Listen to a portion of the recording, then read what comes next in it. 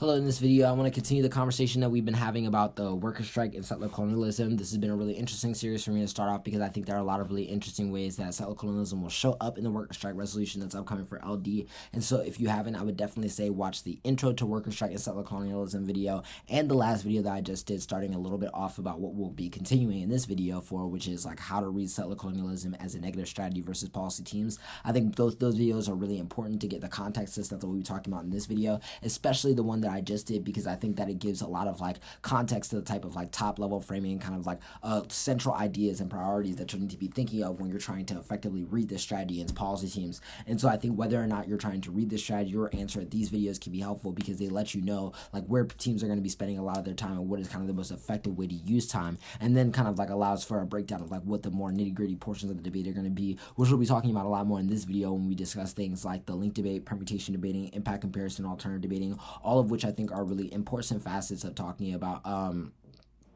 all are really important facets for being able to talk about and think about how various forms of like violence that are limited by the topics like sole discussion on things like the worker strike and the violence of like capitalism through that lens doesn't allow for a really textured analysis of the ways in which settler colonialism creates the foundation for such a division. And I think that understanding a lot of those arguments can be really helpful going into a lot of the stuff that we'll be talking about here. And the first place that I kind of want to start this video off in is just talking a little bit about like what the link debate will look like. I feel like a lot of the stuff that I've kind of talked about in the thesis level kind of portion of the debate in the last video really applied to what I think is like the first top level of having really good link arguments, which is just the delegitimization of the workers' strike movement as a whole. Because I feel like no matter like what teams have to defend, they have to defend that recognize to the ability to recognize the workers' strike does something in order to change the status quo. And so I feel like starting with an indict that's just like with or without the question of just like whether or not the state is good, we can win that this thing is invaluable. And the reason why I think that is important is because you can take the state out of the equation, whether or not they're able to win things like liberalism being corrective or the state still having like useful skills and types of demands that need to be made. You can say that the types of things that are produced under the worker strike movement historically, whether in basically relationship to the state or not, have produced violence and an inability to think about a language for how we think about genocidal dispossession as a changer in how we think about things like the redistribution of resources once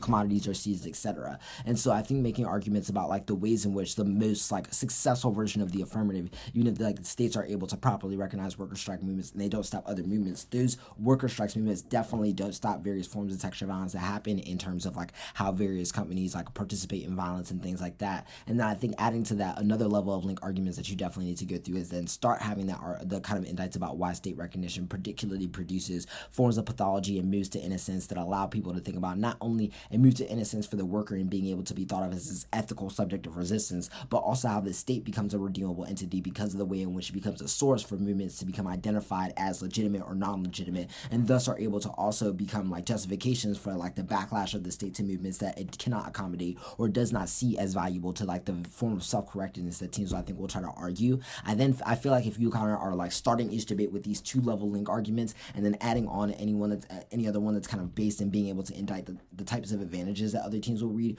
you're in a really strong place in order to like stop them from being able to access like a lot of the primary, I feel like, link turn arguments that they'll want to use later on. And I feel like that's a really good place to start off in terms of like how you're able to build offense for the rest of the flow, especially when you're thinking about what type of ability allows you to like be able to utilize some of the framework stuff that we talked about in the last video, or we talked about how you're forwarding a kind of impact comparison that changes the like standard evaluation from whether or not the 1AC is able to just do anything to save lives or like create a better world, but what it's actually doing in a more focused context to participate in the continued like erasure of settler colonialism and the production of genocide itself. I think that then when you kind of go on to the permutation debate, a lot of the questions that you really want to raise for the permutation are how has the question of like Marxism and the way in which Marxist movements have become like more popularized become a way to subsume other forms of resistance, and how does the permutation participate in those values? The reason why I feel like you can make a lot of permutation arguments based in like the worker strike portion of like the plan is because I feel like that's the place where a lot of policy teams will not really want to defend it as much and really want to defend things outside of like what that does in terms of like the kind of like dominoes that it sets off to resolve other issues.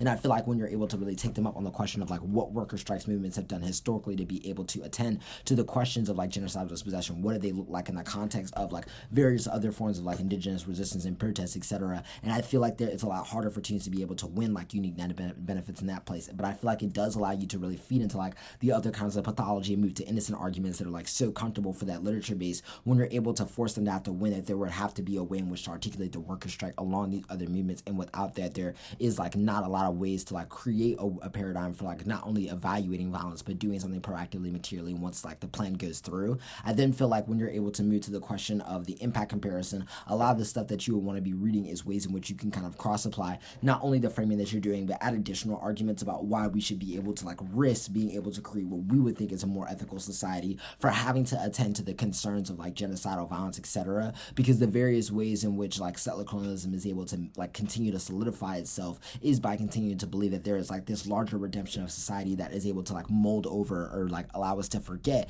the kind of like violence that like creates the foundation for the way in which we're able to articulate ourselves. And so whatever land or space this type of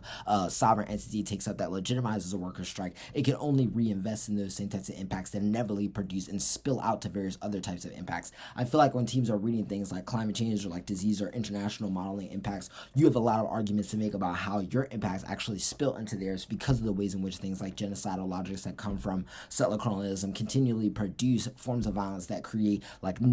existential disasters, basically, whether it be the continuation of warfare, whether it be climate change or the acceleration of climate change, etc. All of which I feel like are arguments that you can make to kind of get the best of both worlds, and why the judge should be kind of refusing the way in which they're doing impact calculus and valuing the way in which your impacts are able to touch those things, so that when you go to the alternative, it's really just a question of whether or not you want to be able to win that your alternative is net better than the affirmative. And in that case, I feel like you are able to cite from a lineage of like movements that have been participating in making like hard stances against the ways in which capitalism influences like the continued production of settler colonialism. But you can also kind of like move into a place where, like I said in that first intro to settler colonialism and worker strike movement, where arguments like incommensurability or just simple refusal are all good instances of like what we should do in the face of like plans that would attempt to like create the form of like forgetting of like what that settler colonial violence is. And I feel like when you're able to make arguments about like how that refusal like forces the like attention to like how that genocidal logic is latent in the 1AC,